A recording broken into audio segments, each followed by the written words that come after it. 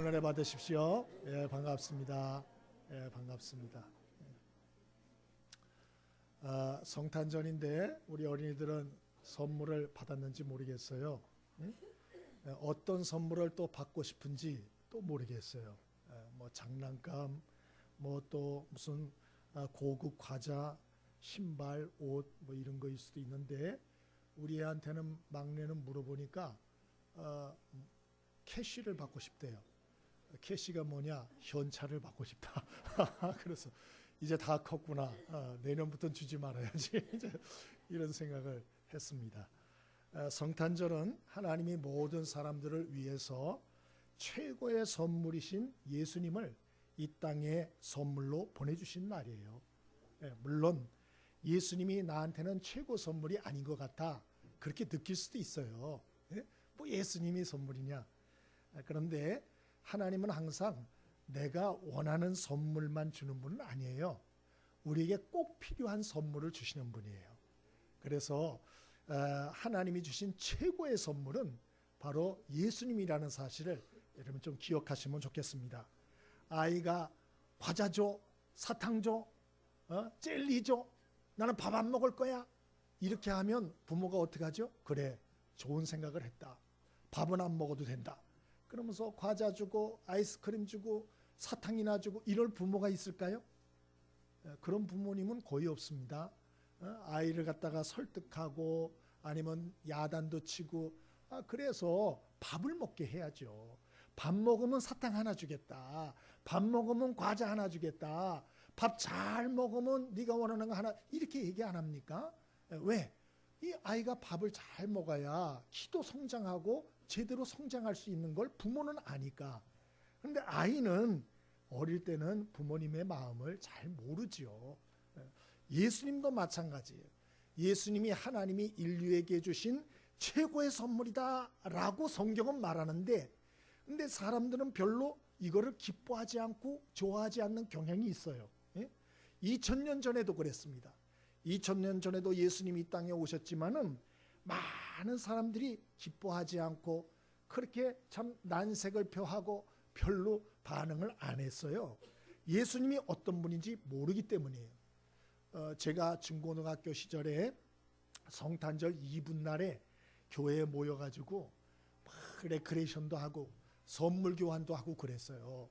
그런데 참 그 선물 교환을 할 때 나는 나름대로 좋은 선물을 딱 해가지고 포장해달라 그래가지고 그리고 이제 갖다가 그 장소에다 놔요. 그럼 이제 제비뽑기를 하잖아요. 다 갖다 놓고 제비뽑기를 해서 이제 번호표를 선물에다 다 붙여놓고 내가 번호 뽑은 거는 무작위로 가져가는 거예요. 그 나는 돈을 한 3만 원 써가지고 선물을 했단 말이에요. 근데 어떤 것들을 보면은 딱 뽑았는데 이만해 얼마나 큰지 몰라요. 막 박스가 엄청 커요. 그 다음에 포장지도 화려하게 했어요. 그래서 그걸 뽑아가지고 이야 정말 저건 좋은 선물인가 보다. 그래 너무 좋아가지고 가져와서 딱 뜯어보면 뭐죠? 뻥튀기야 뻥튀기. 실제로 뻥튀기가 가득한. 그럼 막 화가 나는 거예요. 뭐야 이거. 난 3만 원이나 해서 했는데 뻥튀기가 뭐야. 또 어떤 또 짓궂은 애들은요. 박스를 조그맣게 하는데 무거워요. 그래가지고 이건 좀 뭐 고가인가 보다. 그러고 와가지고 딱 뜯어보면 벽돌 2장 들어있고 거기에 양말 2켤레 이런 거 들어있고 아주 이런 경험들이 있어요. 애들이었으니까 그 경험들이 있습니다. 여러분 어떤 선물이든지 귀하긴 귀해요. 그런데 세상이 우리에게 약속한 선물들은 바로 요와 같은 경우가 많아요. 겉으로 눈으로 볼 때는 굉장히 화려해요. 그리고 굉장히 대단한 것 같아요.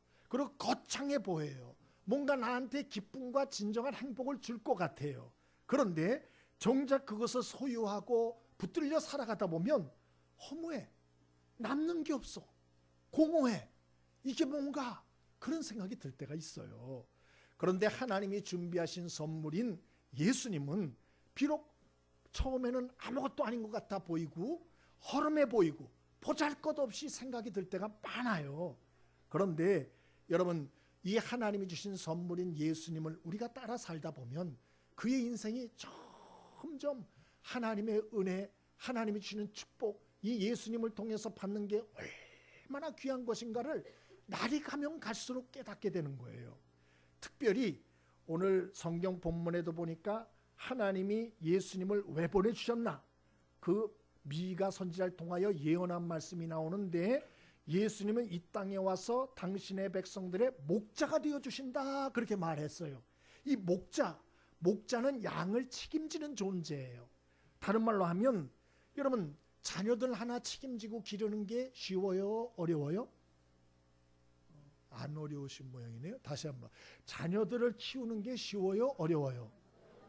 참 어렵습니다. 애들 또 겨울 되면 감기 걸리고 열병 걸리고 뭐하고 그러면 힘들잖아요. 이게 보통 일이 아니에요. 보통 일이.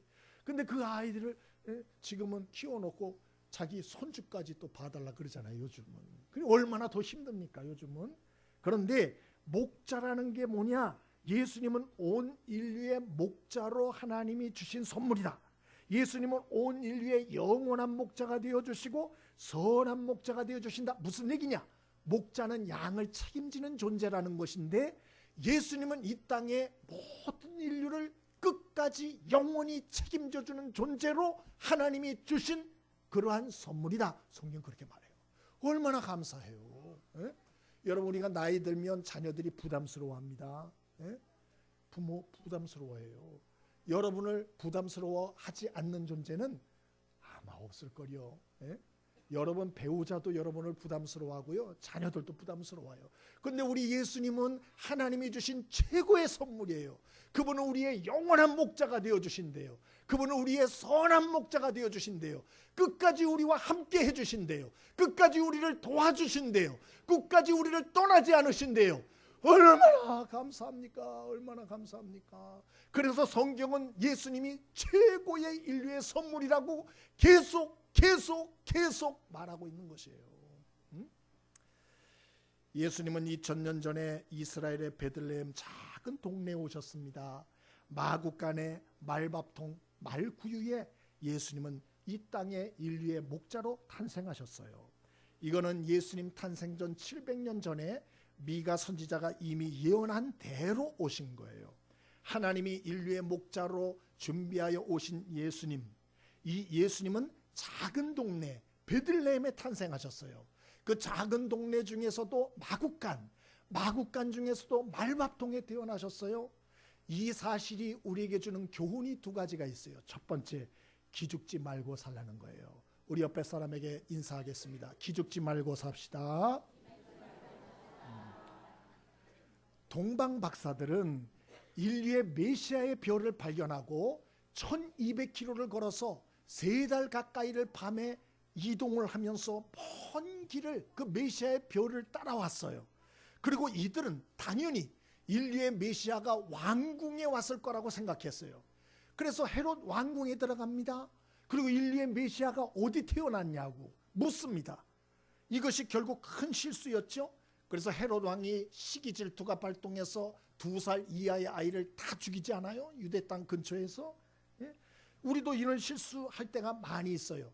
하나님은 크고 화려하고 능력이 있고 힘이 있고 실력이 있고 또 재력이 있고 미모가 뛰어나고 뭐 이런 사람들만 하나님이 사랑하고 도와주시고 함께하고 착한 사람만 도와줘 이렇게 생각을 해요. 그런데 그런 분이 아니에요. 인류의 목자 예수님은 어느 곳에 오셨나? 가장 작은 동네 베들레헴. 그곳 중에서도 마구간, 그 중에서도 말밥통에 태어나셨어요. 예수님은 어떤 분이냐? 호화로운 궁궐에 오는 분이 아니에요. 예수님은 가난하고 초라하고 병들고 낫고 보잘것이 없고 피곤하고 곤고하고 힘든 인생, 초라한 말구유와 같은 그러한 인생을 사는 사람들 찾아오시고 함께 하시고 도와주시는 분이라는 것을 성경은 처음부터 알려주시는 거예요. 그러므로 여러분 자신을 너무 부끄러워하지 않게 되길 바랍니다. 나 같은 인생 살아서 뭐하나 그러지 마세요. 인류의 메시아 예수님은 가장 작은 동네에 오셨어요. 가장 작은 동네. 베들레헴은 제 성지순례 가봤거든요. 작은 동네예요. 작은 동네. 너무 작아요. 산본보다 더 작아요. 너무 작은 동네예요. 작은 동네. 그것도 산 동네예요. 산 동네. 예? 그 중에서도 마구간에 말바통에 오셨다는 거예요. 말바통에. 그러므로 여러분, 이 세상은 자꾸 사람을 소유나 재물, 능력, 학벌, 얼굴 뭐 이런 거 가지고 사람을 평가하고 재단할 때가 많아요. 속지 않게 되길 바랍니다. 이 세상에서 나를 창조하신 하나님만이 내 가치를 재단하고 정할 수가 있어요. 누가 내 가치를 정할 수 있단 말이에요? 하나님만이 내 가치를 정하시는 거예요. 그 하나님이 우리에게 뭐라고 말하나? 너는 하나님의 사랑을 받는 존재라고.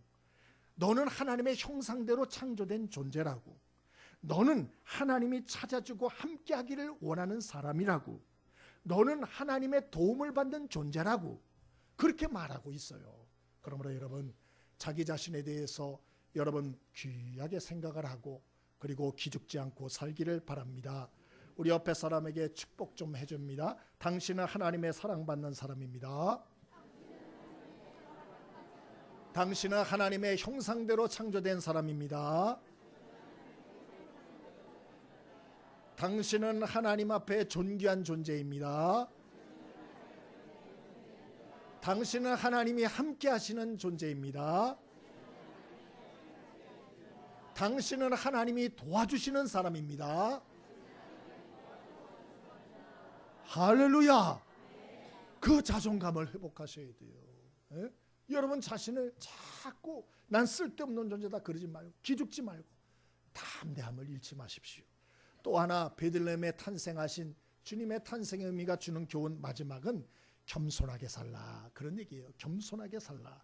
오늘 본문에 하나님의 선물 예수님 온 인류의 목자로 오셨는데, 여러분 온 인류가 연약한 양과 같다, 그런 이야기이기도 해요. 하나님의 구원의 선물로 오신 예수님의 도움을 우리가 지속적으로 받으며 살려면 어떻게 해야 되나? 딱 하나요. 겸손하면 돼요. 겸손하면. 예수님은 겸손한 곳에 오세요. 마구간에 오세요. 교만한 곳에는 오지 않아요. 그래서 항상 겸손하셔야 돼요. 항상 겸손. 여러분이 사람을 만났어요. 근데 그 사람이 맨날 자기 자랑하는 거야. 맨날 자기 자랑. 자기 옷 자랑하고, 자기 돈 자랑하고, 자기 자식 자랑하고, 자기 백 자랑하고, 자기 자랑 맨날 하는, 이런 사람 또 만나고 싶어요? 안 만나고 싶어요? 계속 만나고 싶으시군요. 보통 사람이면 안 만나고 싶어요. 아우, 맨날 하는 지 자랑만 해. 아우, 싫어 저 사람.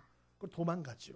여러분, 하나님의 은혜도 비슷해요. 하나님도 비슷해요.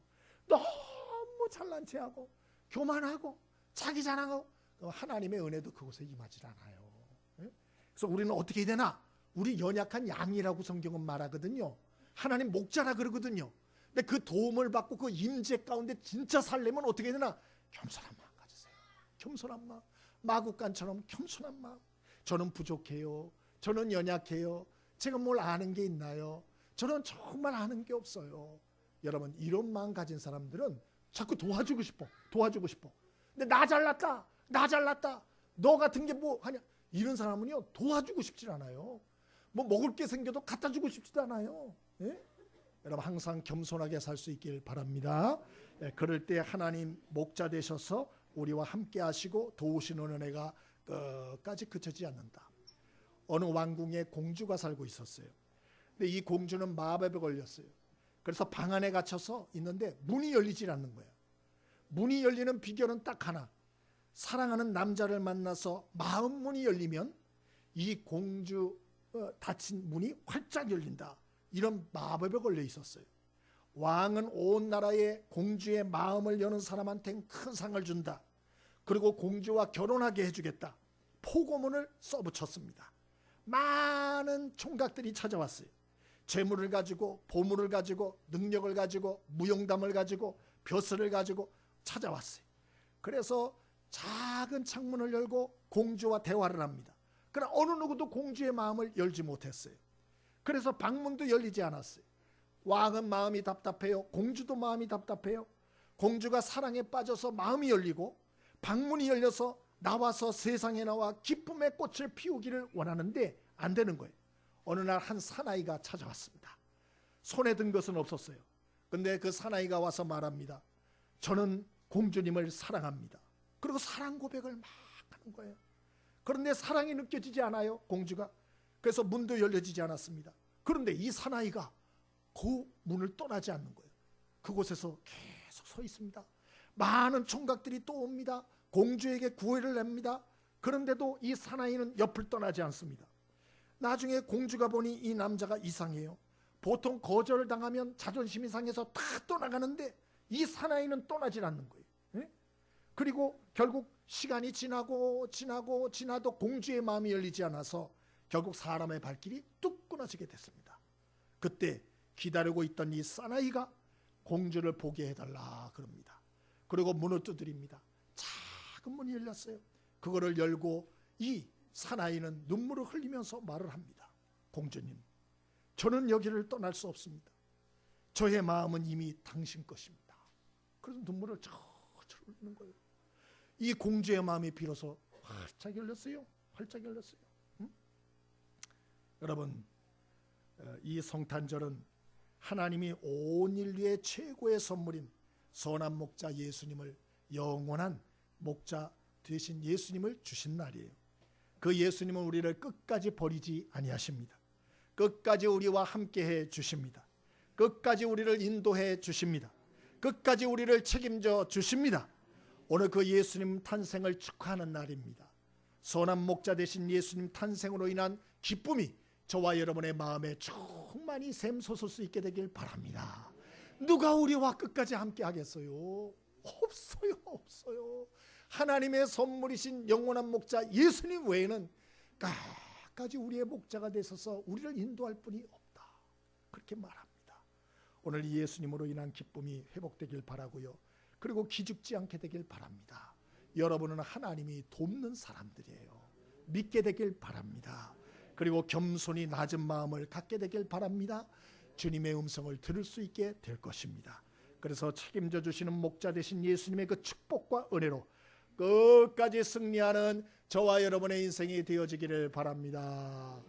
메리 크리스마스. 옆에 사람에게 한 번 더 얘기해줘. 메리 크리스마스. 이 시간에는 우리 성가대 칸타타 시간이 있겠습니다.